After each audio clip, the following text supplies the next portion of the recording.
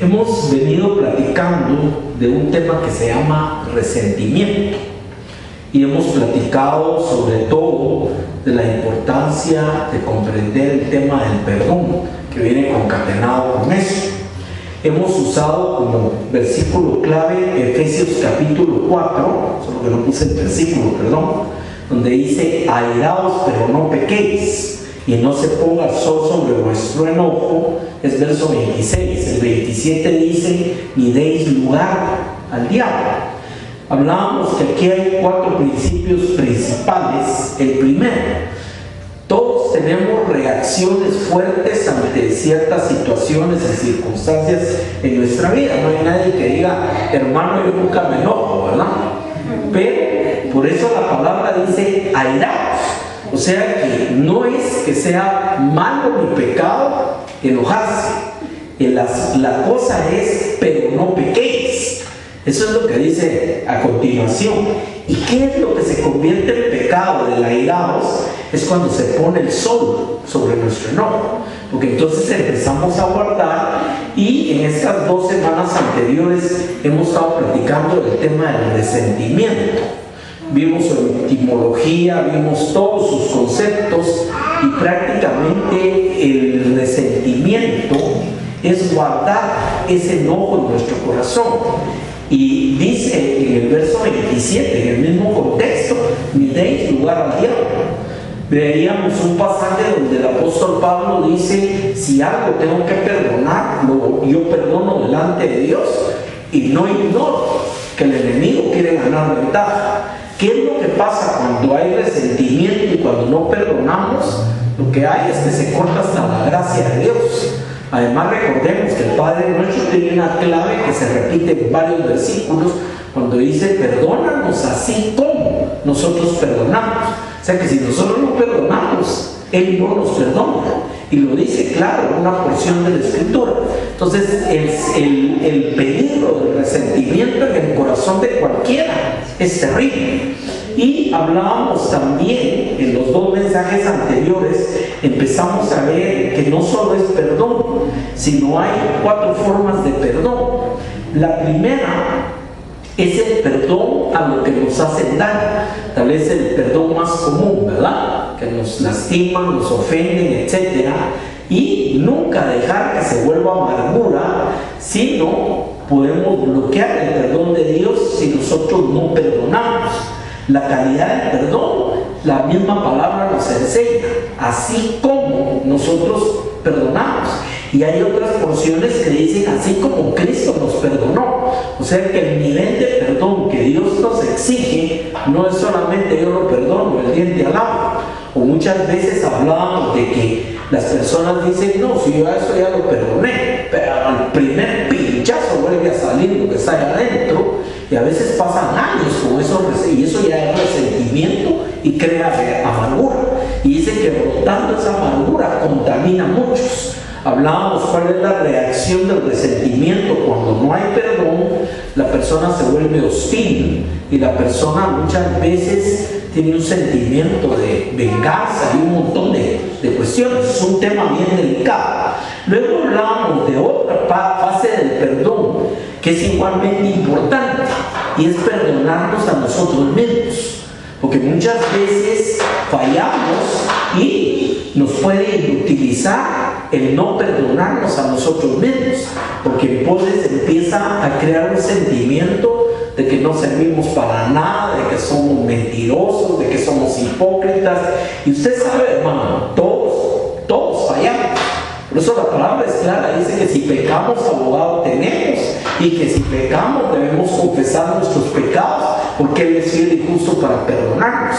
Incluso en la primera carta de Juan dice que si decimos que no tenemos pecado, lo hacemos a Él mentiroso. O sea, el hecho de perdonarnos a nosotros mismos es no menospreciar la obra de la cruz y su sangre bendita y la gracia de Dios. Cuando una persona no se perdona a sí mismo, empieza a crear muchas actitudes religiosas, donde lo que trata es ella misma de pagar por su pecado y de crear prácticamente un sentimiento de que Dios me va a aceptar por lo que yo sufro, no por lo que sufrió Cristo. O sea que es una torcedura tremenda que el enemigo aprovecha también con eso. Luego tenemos un tercer tipo de perdón, y es cuando le pedimos perdón directamente al Señor. O sea, primero perdonar a los demás, perdonarnos a nosotros mismos, y el tercer tema es pedirle perdón al Señor. De esto hay muchísimo en la Escritura. O sea, considerando nuestra propia fragilidad y continuas fallas, pedirle perdón al Señor es una necesidad continua de nuestro proceso mientras estemos en esta carga. O sea, no hay día que no tengamos que pedirle perdón a Dios por algo, y eso nos mantiene caminando con el Señor. O sea, está definido de esa manera. Nunca vamos a llegar en esta tierra a tener un nivel que digamos, no, ahora sí, yo ya no peco.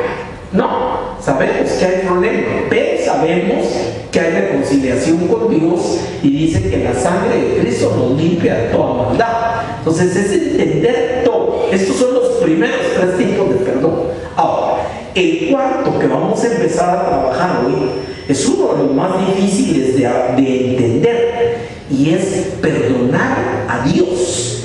O sea, pareciera teológicamente una aberración. O sea, ¿cómo voy yo a perdonar a Dios? Pero existe en el corazón de mucha gente mucha culpabilidad contra Dios por algunas situaciones que pasan en su vida, y pueden utilizarlos también. Hay gente que para alejada de Dios porque está enojada con Dios y está peleando con Dios, y muchos ni siquiera vuelven a reconciliar. Por eso la necesidad de perdonar a Dios es parte de la estructura de todo lo que es el perdón, y de eso vamos a hablar. Por eso nuestro tema de hoy se llama actitud de los justos ante la adversidad. O sea, todos tenemos adversidades en nuestra vida de una u otra manera, pero el problema está cómo reaccionamos ante esa adversidad. Y como le digo, mucha gente le echa la culpa a Dios. Hay una frase que está en el libro de Job, tremenda, cuando la esposa de Job le dice maldice a Dios y muérete. Imagínense, eso expresa ese tipo de pensamiento por todo lo que le había venido a Job. Y vamos a hablar de Job, vamos a hablar también del tema de José, porque son como ejemplos de cómo enfrentan la adversidad. Antes de entrar en eso, todavía anoche estaba viendo unos versículos, ya no me dio tiempo de ponerlos, por eso se los menciono, pero están en Hechos 20:30 y algo. Si usted lo tiene ahí, es interesante porque el apóstol Pablo, cuando viene ya de regreso a su último viaje misionero y va para Jerusalén, por todos lados los profetas le avisaban que Dios le anunciaba, o el Espíritu, que iba a sufrir mucho para donde iba en Jerusalén. O sea, dice que te van a entregar a los gentiles, etc. Pero el apóstol Pablo tiene una actitud que me impactó con esto. Dice, sí, pero de todos modos yo voy. Yo sé lo que me va a pasar, y yo sé todo lo que me viene, pero de todos modos yo voy, porque tengo que cumplir con lo que Dios me mandó a hacer. O sea, esa actitud ante la adversidad es tremenda. Es una de las actitudes más fuertes que yo encuentro en la palabra, donde alguien sabe que Dios va a permitir adversidad, pero sabe que al final hay un propósito de Dios en él. Y por eso vamos a hablar del caso de Job, y vamos a hablar del caso de David, también de David. David es otro que pasa por ahí, pero sobre todo el caso de José, porque son personajes que pasaron por tribulación, tuvieron situaciones muy difíciles en su vida, pero en ningún momento le echaron la culpa a Dios. Y esa es la clave de mantener una actitud sana con Dios aún en medio de la adversidad. Ese es el punto de esto. ¿Quién era Job? Veamos un poquito de esto. Bueno, primero que nada, para poder entender un tema tan delicado, hay dos escrituras que son muy fundamentales. Una es Santiago capítulo 1, verso 16. Dice la palabra: amados hermanos míos, no erréis, o sea, no se equivoque. Toda buena dádiva y todo don perfecto desciende de lo alto del Padre de las luces, en el cual no hay mudanza ni sombra de variación. Porque este es uno de los pilares que sostienen esto. Porque en todo problema, en toda adversidad, en toda situación negativa en nuestra vida, debemos recordar que del Padre de las luces solo desciende don perfecto, y que en él no hay mudanza ni sombra de variación. Puede ser que una situación no sea la propicia, no sea la mejor en nuestra vida, incluso injusticias y situaciones así, pero sabemos que eso no viene de Dios. Eso es lo primero que hay que entender, es eso. Y el otro tema está en Romanos capítulo 8, verso 28, un versículo muy estudiado. Dice: sabemos que los que aman a Dios, todas las cosas, ¿qué significa todas? Buenas y malas, todas las cosas les ayudan a bien. Esto es, a los que conforme a su propósito son llamados. Si se da cuenta por qué pongo estos dos versículos como la cimentación para construir la actitud de un justo delante de las situaciones negativas, es porque tiene que entender que de Dios solo viene buena dávila y don perfecto, y en él no hay cambio. En la segunda, que sea lo que venga, va a ayudar a bien, porque Dios tiene un propósito. Con esos dos elementos podemos entender muchas situaciones. Si no, fácilmente caemos en falta de perdón a Dios. Entonces la gente se endurece, la gente se aleja, no quiere nada con Dios. E incluso puede llegar a lo que pasó en el huerto del Edén. ¿Qué hizo Adán y Eva? Irse a esconder de Dios porque tuvieron miedo. Hay gente que no se acerca a Dios, que dice: no, Dios es muy santo, yo no puedo acercarme a él, me va a matar, ¿no? O sea, tienen hasta pensamientos como eso, y todo eso el enemigo va a usar todo lo que hemos estudiado para alejarnos de Dios. Recuerde que el último propósito de él es que su alma se pierda y que se aleje usted de Dios. O sea, ese es el propósito del enemigo. Ahora, ya con esa base vamos a empezar hablando de algunos versículos del libro de Job. Primero, el libro empieza con una aseveración muy importante. Dice: hubo en tierra de Uz un varón llamado Job. Y nótese las características, y estas características las confirma el propio Dios cuando habla con el diablo. Le dice: era un varón perfecto y recto, temeroso de Dios y apartado del mal. Y aquí es donde empieza el tema. O sea, alguien con esas características le vinieron un montón de desgracias y sufrimientos. Y es ahí donde entra ese problema de entender por qué sufre el justo, que son uno de los temas más difíciles en la Escritura y más difíciles de comprender en el corazón humano. Entonces, era recto, era perfecto, era temeroso de Dios y apartado del mal. Sin embargo, sabemos la historia. O sea, Dios permitió, porque eso sí está claro, que el enemigo viniera con todo. Primero le destruyó todos sus bienes, después le mató a los hijos, después le puso una enfermedad. Y ese sufrimiento, algo que mucha gente no sabe de este libro, ese sufrimiento fueron 8 meses, tampoco fueron años, porque dice que no nos dejará ser probados más allá de lo que podemos soportar.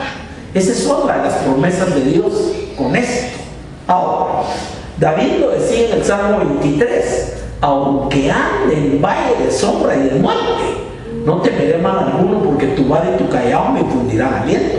O sea, David estaba consciente, fue una vida que pasó más de 16, 17 años de persecución, escondiéndose en cuevas, incluso se fue con los enemigos y se hacía loco para que no le hicieran nada. O sea, literalmente estaba como loco, se babiaba ahí. O sea, muchas situaciones de la vida de David, sabiendo que tenía un llamado de Dios a ser el rey de Israel, pero durante 16 años no se vio nada de eso, todo lo contrario. Entonces, esas son las actitudes. Por eso podía decir: aunque ande en valle de sombra y de muerte, no temeré mal alguno, porque tu vara y tu callado me infunden aliento. Esa es la actitud del justo. Empezamos a entender esto. La actitud del justo no es que no van a haber en nuestro camino caminos de sombra y de muerte. Ese es el punto de esto. Van a haber momentos, los hemos vivido todos, de sufrimiento por muchas circunstancias diferentes, pero en todo esto, como dice también la palabra, usted sabe lo que significa Ebenezer. Hasta aquí nos ha ayudado Jehová. Amén. ¿Quién era Job? Primero, era un hombre además riquísimo, reconocido en su comunidad. Y cuando Dios permitió que Satanás atacara a Job y perdió todas sus posesiones, sus hijos, etc., la actitud de Job desde el principio fue una actitud de aceptación de lo que le había pasado. Ahí es donde empezamos a ver la actitud del justo delante de estas situaciones. Aceptó el mal y bendijo a Dios. Y claro, estaba equivocado. Job no conocía realmente a Dios. Y eso lo dice él mismo. Yo de oídas te había oído, mas ahora mis ojos te ven. Después que pasó todo esto. Y muchas veces Job y los tres amigos, que con amigos así no necesitamos enemigos, que vinieron a hablar con Job, lo acusaron de que había sido hipócrita, que ese mal le había venido por culpa de él mismo. Hay una serie de cuestiones. Ese es un libro bien especial que debíamos de estudiarlo muy despacio, porque es un libro que a mucha gente la puede trabar, perdóneme que lo diga, si no entiende realmente lo que está pasando en ese libro. ¿Y qué sucede? Que Job muchas veces falló, pues, en el sentido de, dice, mejor hubiera abortado mi mamá y yo no hubiera nacido, no tendría que ver todo lo que he visto, pues, lo que he vivido. O sea, dice, maldito el día que a mi padre le dijeron que había tenido hijo varón. Imagínense, o sea, que sí llegó, como cualquier ser humano, a tener puntos de reventar, pero nunca lo que hizo la esposa de Job. Por eso es un contraste. Vamos a leer ahorita eso. Ahora, Satanás atacó tanto físicamente como con todo prácticamente a Job. Jesús dijo, el diablo viene a matar, robar y destruir. Yo he venido para que tengan vida y en abundancia. Y si algo nos enseña el libro de Job, hermano, es lo que haría el diablo en nuestra vida, si se lo permitiera al Señor. Esa es la realidad. Y dice, los tres amigos que lo visitaron, lo que vinieron fue a acusarlo de que había pecado. Porque la mentalidad teológica en este momento, y que sigue hasta el día de hoy en muchas personas, es que si a alguien le vienen desgracias, es porque pecó. ¿Se acuerdan del ciego de nacimiento? Le preguntaron a Jesús. Le dijeron, ¿y quién pecó? ¿Este o sus padres para que naciera ciego? Y Jesús dijo, no ha pecado ninguno, sino que la gloria de Dios se va a manifestar en él. O sea, hay una mentalidad automática a veces que lleva a la gente a pensar que cualquier problema o desgracia en la vida de alguien es porque pecó. Esa es una forma fácil de explicarlo, y eso crea un endurecimiento también. Ahora, en su frustración maldijo el día que nació, pero también nunca se apartó de decir, pero tengo un redentor. Incluso hay un pasaje, creo que es el capítulo 22, es muy bello, cuando dice, ¿quién me presentara delante de Dios? Está hablando de un mediador, y sabemos quién es ese mediador. Y era lo que anhelaba, porque él quería ver a Dios para preguntarle por qué había pasado todo aquello. Y efectivamente en los últimos capítulos del libro de Job, Dios le contesta directamente a él después de mostrarle el poder de Dios. Ahora, Dios habló con Job desde una tormenta y le mostró la grandeza de su creación, pero no respondió directamente a las dudas de Job de lo que estaba pasando. Job reconoció la grandeza y el poder de Dios y se arrepintió de haber dicho lo que había dicho. O sea, por eso le dice, yo de oídas te había oído, mas ahora mis ojos te ven. Job no conocía a Dios. Y otro elemento que es muy importante para entender el libro de Job es que hay una expresión donde dice, me vino el temor que yo tenía cuando se le destruyó todo. O sea, era una persona temerosa, recta delante de Dios, pero que siempre mantenía aquel temor de desgracias sobre su vida. Y ese es su imán. Eso es una cosa tremenda. Dice, me vino el temor del que yo tenía. O sea, me pasó lo que yo vivía. No tenía paz ni reposo. Cuando los hijos se reunían a comer, inmediatamente estaba haciendo sacrificios y pidiendo perdón por si hubieran pecado. O sea, no ese es el punto tampoco. Vemos que sí habían fallas en Job, lógicamente, como cualquier persona. Ahora, Dios restauró y lo bendijo aún más de lo que tenía y vivió 140 años después de esa prueba. O sea, como le digo, ahí es donde el apóstol Pablo decía que lo que suframos hoy no es nada comparado con la eternidad. Y ese es el punto acá. Imagínense 8 meses que el pobre pasó de desgracias, pero después 140 años de bendición. Y antes de ese momento había sido muy bendito por Dios, porque incluso el diablo le dice a Dios, ¿y cómo no te va a temer si le tienes protegido todo y lo has bendecido en todo? Ser un hombre bendecido. Entonces es importante entender eso. Ahora, vamos a ver algunos versículos del libro de Job, que es muy importante. En primer lugar está Job 1, perdónenme, no estoy viendo bien yo con esto. Ahorita voy. Job 1:20. Dice, entonces Job se levantó cuando empezó a pasarle todo esto, y rasgó su manto y rasuró su cabeza y se postró en tierra y adoró. Fíjese, ese adoró es bien clave para entender esto. O sea, esta fue la reacción. Humanamente rasgó su ropa, rasuró su cabeza y se postró. Eso significa que tampoco era de palo, pues. Claro que sufrió y sintió el porrazo porque le estaba viniendo. Ahora, dice el verso 21, miren lo que dijo. Y dijo, desnudo salí del vientre de mi madre y desnudo volveré allá. Jehová Dios dio y Jehová quitó. Sea el nombre de Jehová bendito. O sea, decir esto en esta situación es muy significativo, hermano. Porque fácil es decir esto cuando todo está bien. Pero en este momento que le está viviendo todo esto, no es fácil decir esto. Pero nos habla del corazón de Job. Dice el verso 22, en todo esto no pecó Job, ni atribuyó a Dios despropósito alguno. Una de las cosas más grandes de esto, por eso citaba lo de Pablo en Hechos 20, es que Pablo sabía todo lo que le venía, pero sabía que un propósito grande de Dios había con esto. Dios le había dicho, vas a testificar delante de César en Roma.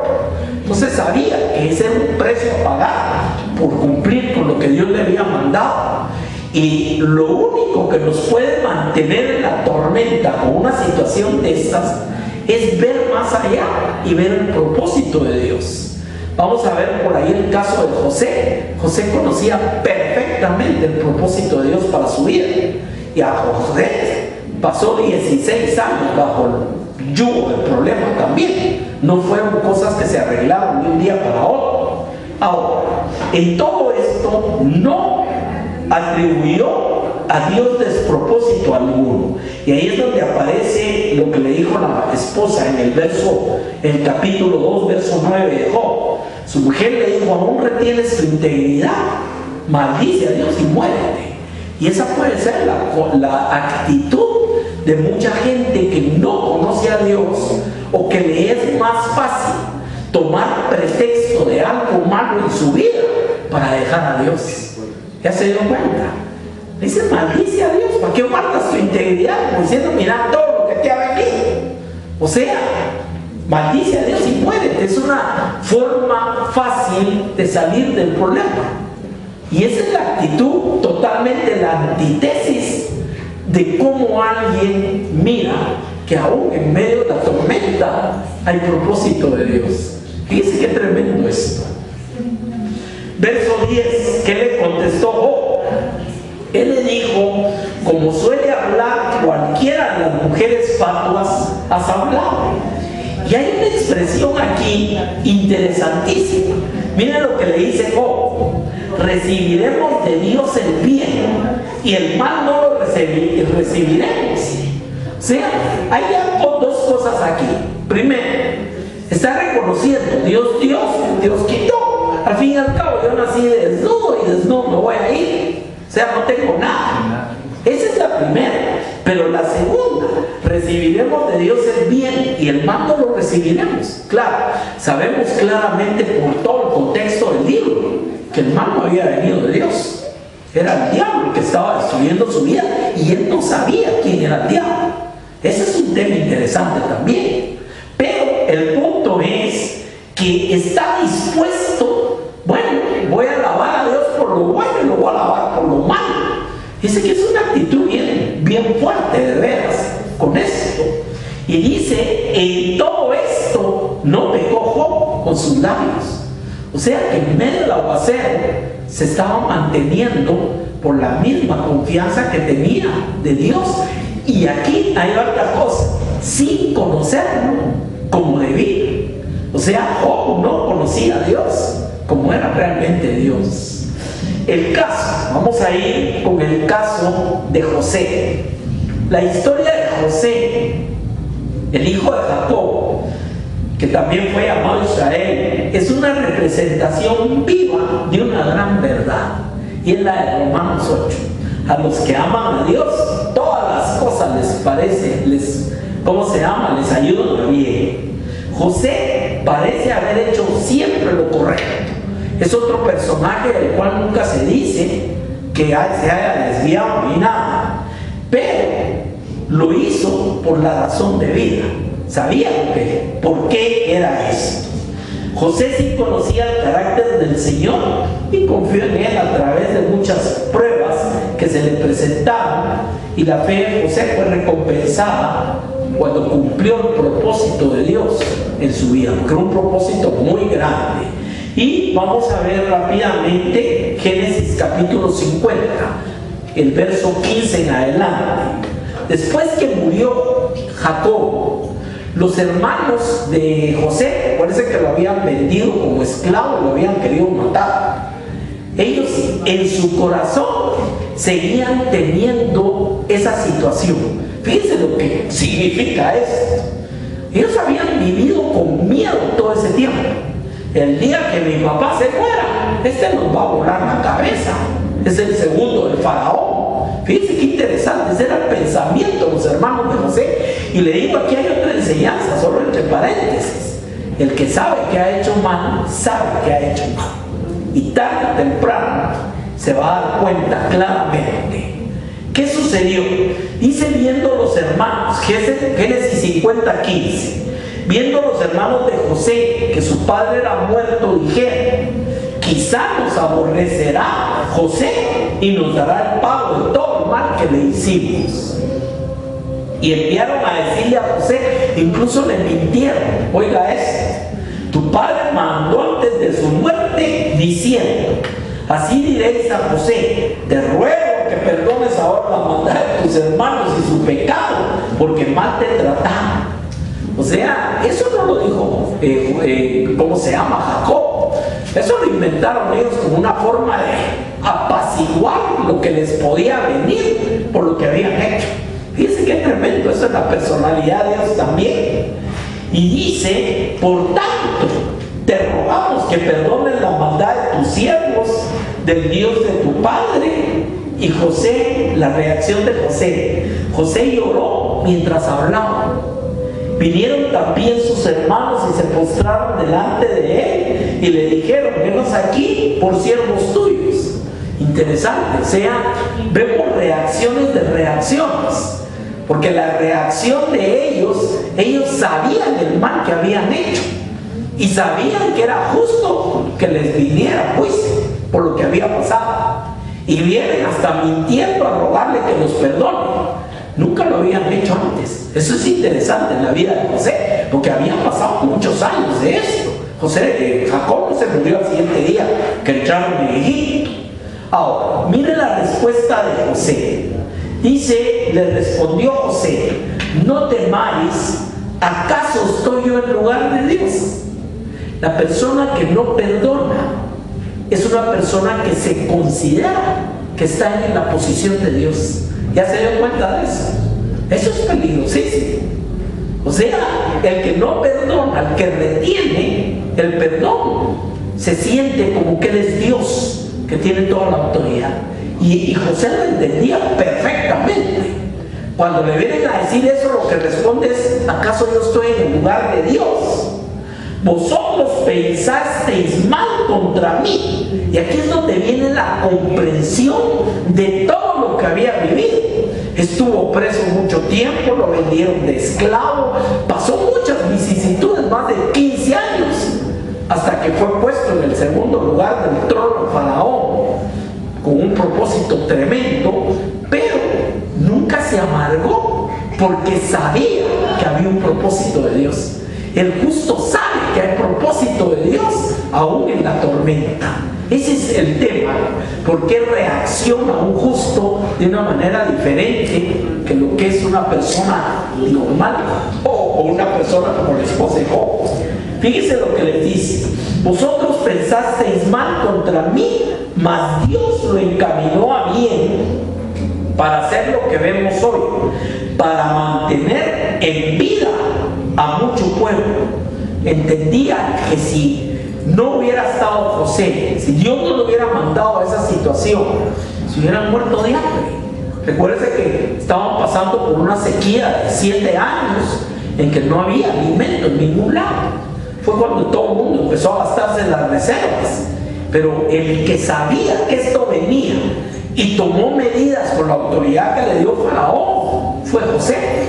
O sea, entendía todo aquello que pasó fue para traerme a este momento, para guardar muchas vidas. Fíjense qué maravilloso que la persona, después de todo este problema, venga a entender que había un propósito de Dios, y un propósito muy grande. Dice: ahora pues, verso 21, no tengáis miedo, yo os sustentaré a vosotros y a vuestros hijos. Y los consoló y les habló al corazón. O sea, José no tenía falta de perdón, no tenía amargura, no había resentimiento y tampoco había reclamo a Dios, porque entendía que era lo que estaba viviendo para bendecir a mucho pueblo. Fíjense cómo vemos una cosa diferente. ¿Qué más podemos ver de esto? Daniel y sus 3 compañeros estuvieron dispuestos a morir por su fidelidad y confianza en Dios, enfrentados al horno de fuego y al pozo de leones. No, nunca refunfuñaron de eso. O sea, bueno, si Dios quiere que... Fíjese que Sadrach, Mesach y Abednego le dijeron algo a Nabucodonosor. Le dijeron: nuestro Dios al que servimos puede y nos librará. Y si no, de todo el mundo vamos a adorar a tu imagen. Eso es compromiso con Dios, a pesar de las situaciones negativas. ¿Ya se dio cuenta de eso? Y igual, Daniel nunca dijo nada, lo echaron al pozo. Y cuando el rey le pregunta y le dice: Daniel, ¿te guardó Dios? Sí, le dijo: me guardó. Mandó su ángel que le cerrara la boca a los leones. O sea, sabían que a pesar de los problemas, de las amenazas, de las situaciones, de todas las desgracias, Dios estaba en control de las cosas. Y esa es la gran diferencia con muchas personas que no perdonan a Dios, culpan a Dios de sus desgracias. Y recordemos que las tormentas hay varias, no son necesariamente provocadas solo porque Dios mande una tormenta, no. Hay tormentas como la del caso del que se fue huyendo de lo que Dios le había mandado hacer, de Jonás. O sea que ya ese tema lo hemos tratado. Los problemas no vienen de gratis, hay muchos que nosotros provocamos, muchos que sí son una consecuencia que Dios tiene que parar nuestra vida para que entendamos. Pero en este caso estamos hablando de aquellos casos que aparentemente no había ninguna situación, sino simplemente Dios tenía un propósito. ¿Y qué podemos decir para terminar este tema? Pablo, los apóstoles, los discípulos, a través de la historia, ¿sufrieron adversidades o no? ¿Pasaron problemas o no? Recuerden que a la mayoría lo mataron por causa del evangelio y sufrieron muchas cosas. Pablo da testimonio: naufragio, me han apedreado, de todo había pasado por amor a Dios y a la obra de Dios, y eso nunca lo paró de seguir hacia adelante con Dios. Conclusión de todo el mensaje: perdonar a los demás, perdonarnos a nosotros mismos, perdonar a Dios es una de las cosas más difíciles. Ya entendimos por qué, y todos estos siervos que hemos platicado permanecieron fieles en la adversidad. Ese es el punto. Adversidad siempre va a haber, de una u otra manera, pero lo importante es que nuestra fe esté parada para entender que hay propósitos de Dios. Una cosa que le dijo Jesús a Pedro, que nunca se me olvida, cuando Jesús le quiso lavar los pies y él dijo que no, que cómo iba a hacer eso, le dijo: Pedro, lo que yo hago ahora, tú no lo entiendes ahora, mas lo entenderás después. Amén. Vamos a detener ahí el tema.